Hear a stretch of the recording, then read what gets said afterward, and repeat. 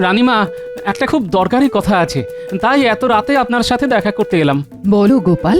কথাটা খুব গোপনীয়। এ আমার খুব বিশ্বাসী, তুমি নির্ভয়ে বলতে পারো। রানীমা, আমি আজ এই রাত্রে মুর্শিদাবাদে যাচ্ছি নবাবের সঙ্গে দাবা খেলতে।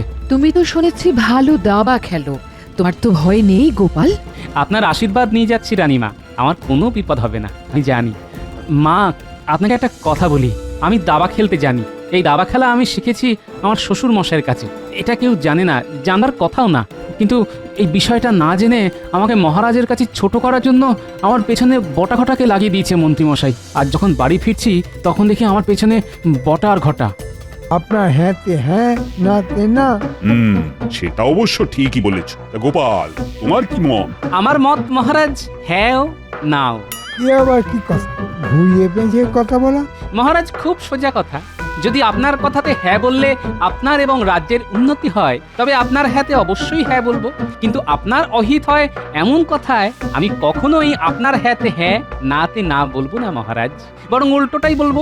মহারাজ, এ তো রাজদ্রোহ, এ তো শাস্তিযোগ্য অপরাধ। মহারাজ কি ভাবছেন, প্রহরীকে ডাকবো? গোপাল, কি মনে হয় তুমি যা বলেছো সেটা ঠিক বলেছো? একদম সঠিক মহারাজ, সময় এলেই প্রমাণ দেব। মহারাজের জয় হোক। বলো বলো প্রহরী, কি সংবাদ? মহারাজ, নবাব বাহাদুরের দূত আপনার সাথে দেখা করতে চায়। এই রে, কি মুশকিল বলো দেখি। এই সকালটাকে কিরকম ভালো লাগতে শুরু করেছিল, আবার আবার সব কিরকম ধোঁয়া ধোঁয়া হয়ে গেল যে।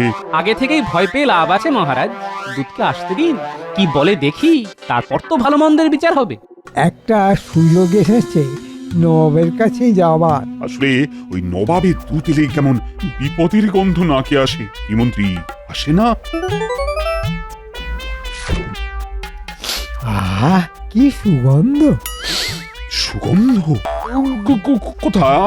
আমি পাচ্ছি না তো। মন্ত্রী, ও মন্ত্রী,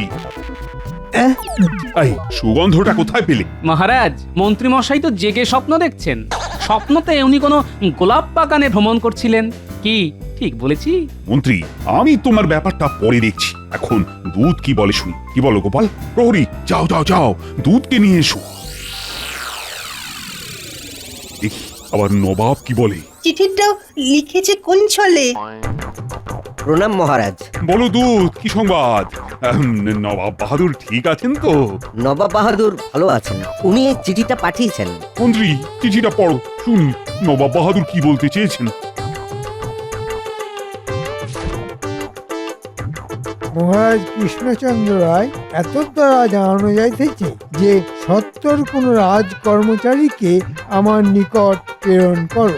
আমার দাবা খেলায় কিঞ্চিত মতি হইয়াছে, আমার সাথে দাবা খেলিবার জন্য সত্তর কোন কর্মচারীকে মুর্শিদাবাদে প্রেরণ করো। বাবা বাবা, শুনলাম শুনলাম দুধ, নবাব বাহাদুরকে জানিয়ে দিও খুব তাড়াতাড়ি আমি কাউকে পাঠাবো। দিনটা আর শুভ থাকলো না গোপাল। মেঘ আর রোদ্দুরের খেলা। কিছু আগে রোদ্দুর ছিল আর এখন ঘন মেঘে ঢাকা।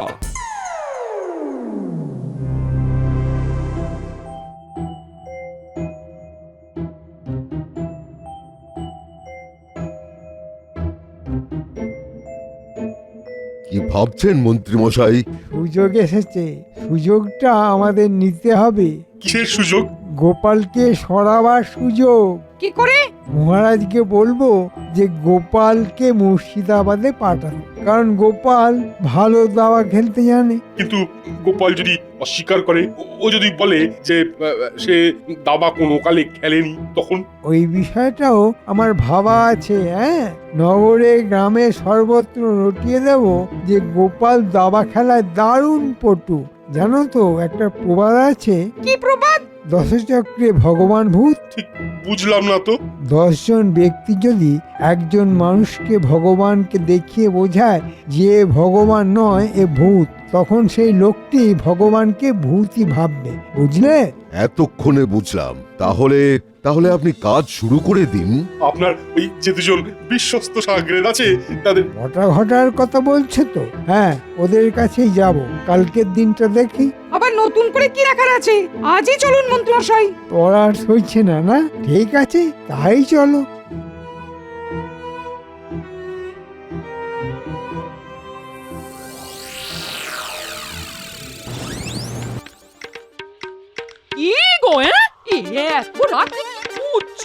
বলি খাবার হয়ে গেছে, খাবে না? গিন্নি একটা বহু পুরনো জিনিস খুঁজছি, খুব দরকারি। কি এমন দরকারি জিনিস গো যে এত রাতে খাবার ফেলে খুঁজতে হয়? আমার একমাত্র শ্বশুর মশাইয়ের থেকে পাওয়া জিনিস, জন্মের মধ্যে কম। ওই একটি জিনিসের নেশাই তো ধরিয়ে দিয়েছিলেন গিন্নি। মানে কি বলতে চাইছো?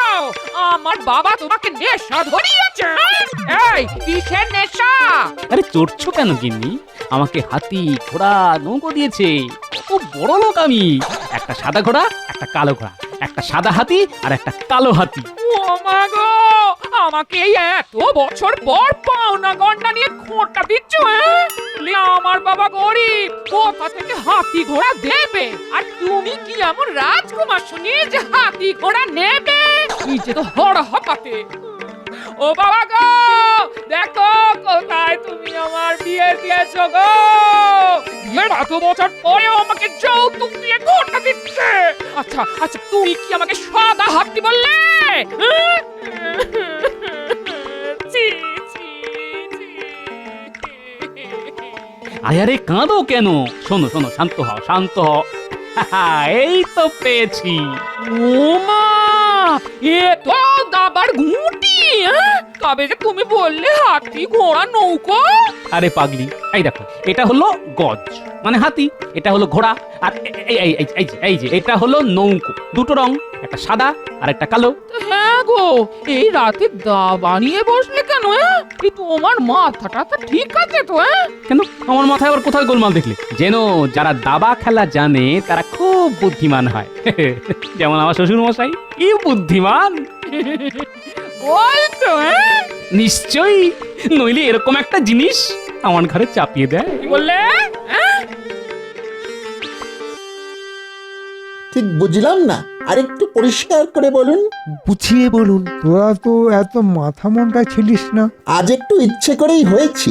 না মানে ওই হতে হয়েছে মন্ত্রী মশাই। কেন হঠাৎ করে মাথা মোটা সাজবার কারণ? চাপ বাবা, কেউ ইচ্ছে করে মাথা মোটা সাজে এই প্রথম শুনলাম। না না, ব্যাপারটা একটু খোলসা করে বল। আগের কাজের পারিশ্রমিকটা এখনো বাকি আছে, ওটা কি তামাদি হয়ে যাবে? ওটা হাতে পেলেই মোটা মাথা কেমন ওই সরু লিকলিকে একেবারে লাউ ডগা সাপটির মতন হয়ে যাবে। শুধু হাতে পেলেই একবার দেখুন না। বাবা, সে আনা কম নয়। মন্ত্রীমশাই, দিয়ে দিন দিয়ে দিন। কুবুদ্ধির পারিশ্রমিক কখনো তামাদি রাখতে নেই। বুঝলাম, এই নে। এবার খুশি তো? তাহলে এবার শোন। আর বলতে হবে না, আমরা সবটা বুঝে গেছি। বলবো? ঘটা বলে দে। আমাদের কাজ হলো ওই সারা রাজ্যে রটিয়ে দিতে হবে যে ওই গোপাল গোপাল খুব বড় দাবাড়ু। জনে জনে, বনে বনে, পাহাড়ে পাহাড়ে, সব জায়গায়, যাতে করে রাজামশাইয়ের কানে যায়। কি মন্ত্রী মশাই, ঠিক বুঝেছি তো? হ্যাঁ, তবে এই কাজটার অগ্রিমটা দিয়ে দিন। আমাদের তো ওই ঘুরে ঘুরে কাজ, খরচ খরচা আছে তো। কিরে বটা, ঠিক বলছি না? সে আর বলতে। দিন মন্ত্রী মশাই, আপাতত আমাদের দুজনকে 4টে করে মোহর দিন। হ্যাঁ, কাজ শেষ হলে বাকি 4টে করে দিয়ে দেবেন, কেমন? দিয়ে দিন মন্ত্রী মশাই, দিয়ে দিন। তারপর আমরাও আপনাকে কিছু কিছু দিয়ে সাহায্য করব। হ্যাঁ, আমরা তো আছি। ঠিক আছে, এই নে।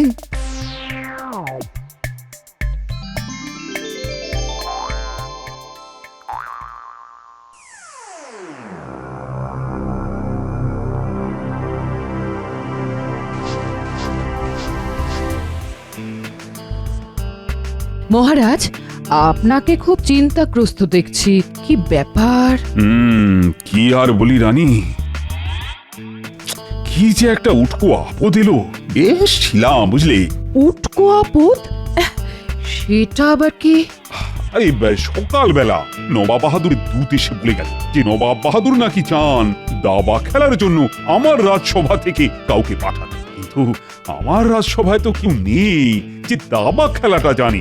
আপনার মন্ত্রী? না না না না, ও তো শুধু তোষামদি জানে। যদি গোপালটাই দাবা খেলা জানতো তবে তো কোনো চিন্তাই থাকতো না। খেয়ালি নবাব বাহাদুর কি যে হয় কে জানে। তবে তো ভারী চিন্তার ব্যাপার মহারাজ। হ্যাঁ গো রানী, সত্যি তো চিন্তার ব্যাপার। জানি না কি হবে।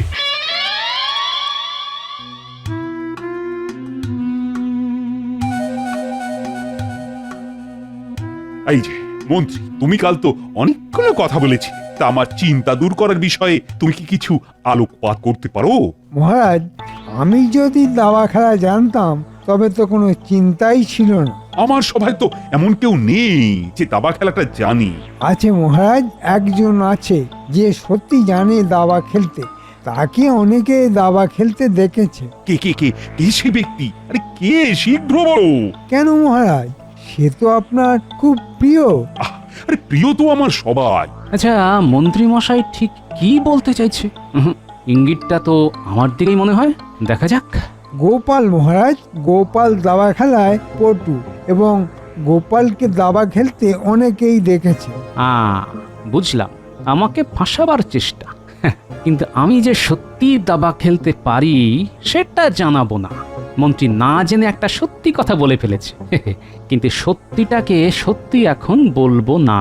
দেখি আমার দাবা খেলার ব্যাপারে কি কি সাক্ষ্য প্রমাণ এনেছে। গোপাল জানে, গোপাল জানে, বাবা বাবা বাবা বাবা, এই তো এই তো এই তো এই তো একটা দারুণ খবর। কি গোপাল, তুমি তো দেখছি ছুপা রুস্তাম হে।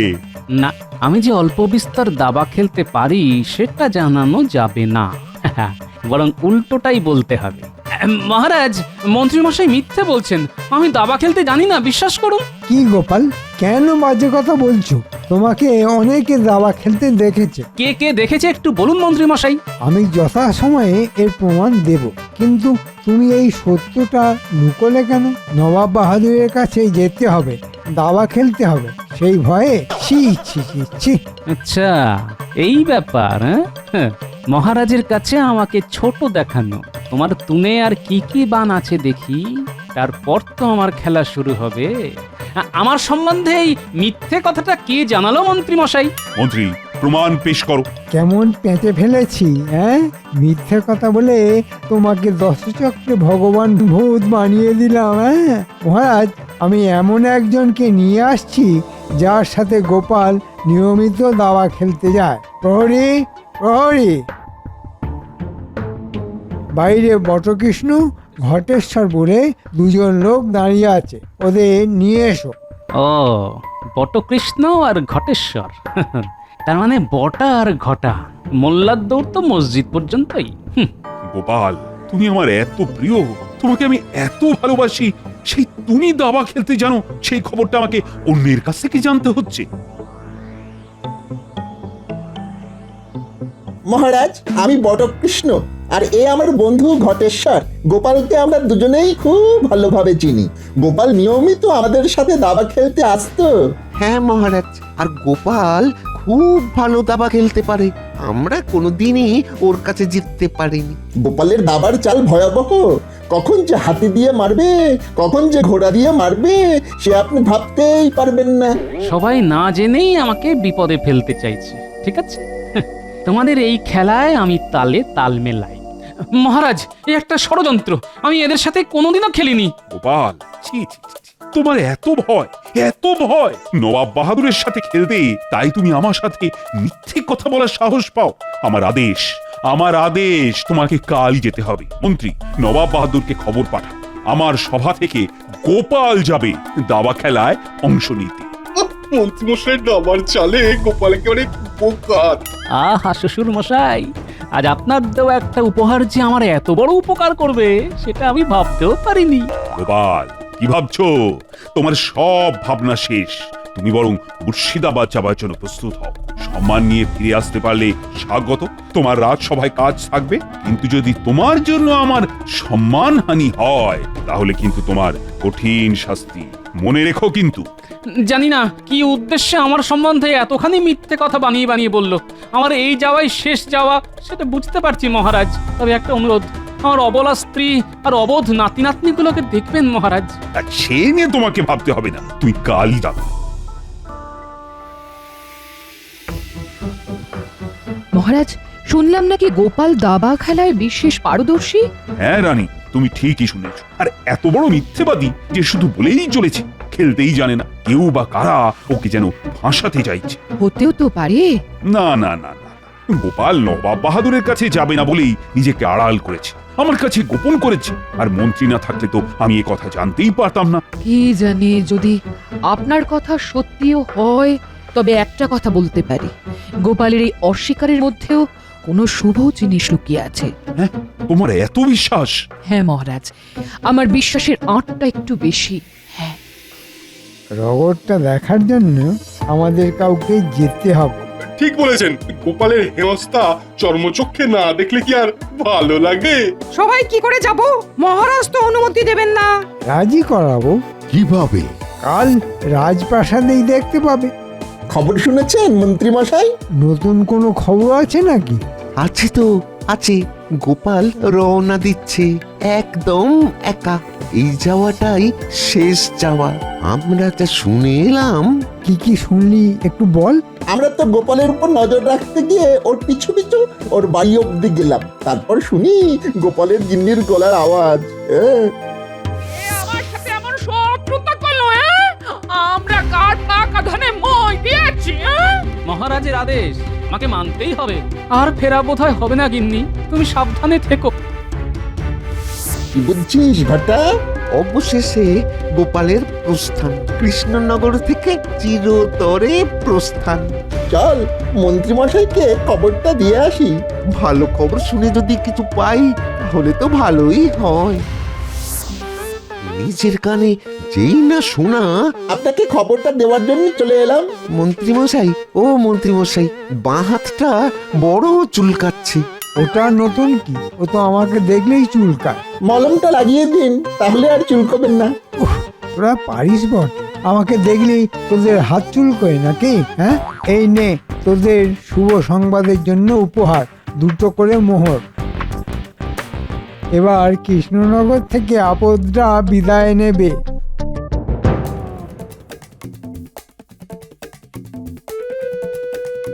রানীমা, একটা খুব দরকারি কথা আছে, তাই এত রাতে আপনার সাথে দেখা করতে এলাম।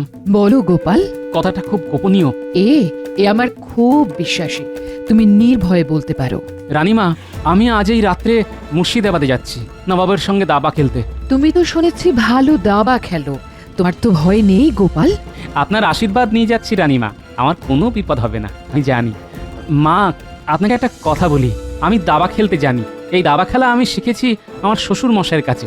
এটা কেউ জানে না, জানার কথাও না।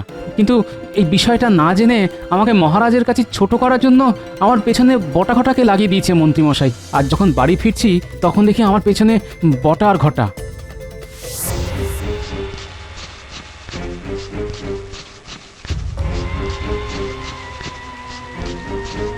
পেছনে পায়ের আওয়াজ, নিশ্চয়ই কেউ পিছু নিয়েছে। হ্যাঁ, কায়দা করে দেখতে হচ্ছে আমার পেছনে কে লেগেছে। পা চুলকোনোর ছলে একবার দেখে নিই পেছনে কে। ও মা, বটার ঘটা। বুঝলাম, আমার সব কিছু জানবার জন্য আমার পিছু নিচ্ছে। ঠিক আছে, এসো বাপ ধনেরা, এসো। কি গো, বলি ওই রকম হন্তদন্ত হয়ে এলে কেন, হ্যাঁ? পেছনে বটা ঘটা আমাদের খবরাখবর নিতে আসছে। মন্ত্রী মশাই পাঠিয়েছে। তুমি চেঁচিয়ে বলো কে আমাদের সাথে এমন শত্রুতা করলো, আমরা কার পাকা ধানে মই দিয়েছি। ও, তারপর বাইরে এসে দেখি ওরা দুজনে দৌড়চ্ছে, আমিও পিছু নিলাম। দেখলাম গাছতলায় সব মহামানবরা দাঁড়িয়ে। এই নে, এবার খুশি তো? আচ্ছা, এই ব্যাপার। হ্যাঁ রানীমা, আমি খেলতে যেতামই, কিন্তু আমি একটু বাজিয়ে দেখতে চেয়েছিলাম রানীমা। আমি জানি গোপাল, তুমি এই কৃষ্ণনগরের বড় বন্ধু, তুমি বিজয়ী হবেই।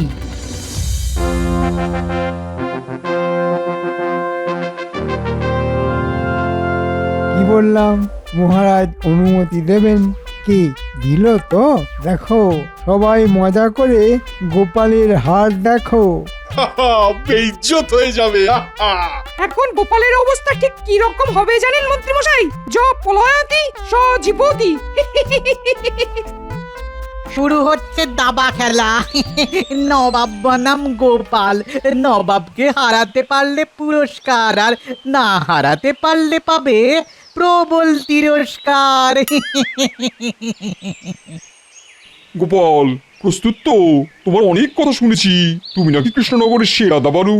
ওই লোকে ভালোবেসে বলে, আমি নিজেই জানি না আমি খেলতে জানি কিনা। সে কি? আসলে আমার রাজসভার বন্ধু বান্ধবরা না জেনেই রটিয়ে দিয়েছে। আসলে খুব ভালোবাসে তো। ঠিক বুঝলাম না, আর বেশি বুঝে কাজও নেই। আমাকে হারাতে পারলে পুরস্কার পাবে, নইলে তিরস্কার জুটবে। খেলা শুরু হোক। নাও চাল দাও, আমি কালো ঘুটি নিয়ে খেলবো। নবাব বাহাদুর, এই আমার চাল দিলাম, আপনার রাজা সামলান। আরে বাবা, কি চাল দিলে? নবাব বাহাদুর কিছু মনে করবেন না, আপনার আর কোনো চাল নেই, কিস্তি মাত্র। চমৎকার গোপাল, তুমি অসাধারণ। এই নাও গোপাল, এটা আমার তরফ থেকে উপহার। পরে আমার দরবার থেকে তোমাকে 100 মোহর পুরস্কার দেবো। আমি তোমাকে দাবা শিরোমণি উপহার দিলাম। মানে গোপাল তো দেখি ছুপারুস্তম, হ্যাঁ? ও দাবা খেলায় জানি। হায় রে, গোপালকে কিছুতেই চালাতে পারছি না। সত্যি গোপাল কি বিচ্ছু ওর পেটে পেটে এত। দেখলেন তো মহারাজ, আপনার এই গোপালই আপনার রক্ষাকর্তা। এটা এবার থেকে মানুন মহারাজ। আরে সে আর বলতে। প্রণাম মহারাজ। আপনার মন্ত্রী মশাইয়ের না জানার জন্য আমি দাবা শিরোমণি হয়ে গেলাম। আমাকে হ্যাঁটা করতে গিয়ে নিজেরাই ঝাঁটা খেলো।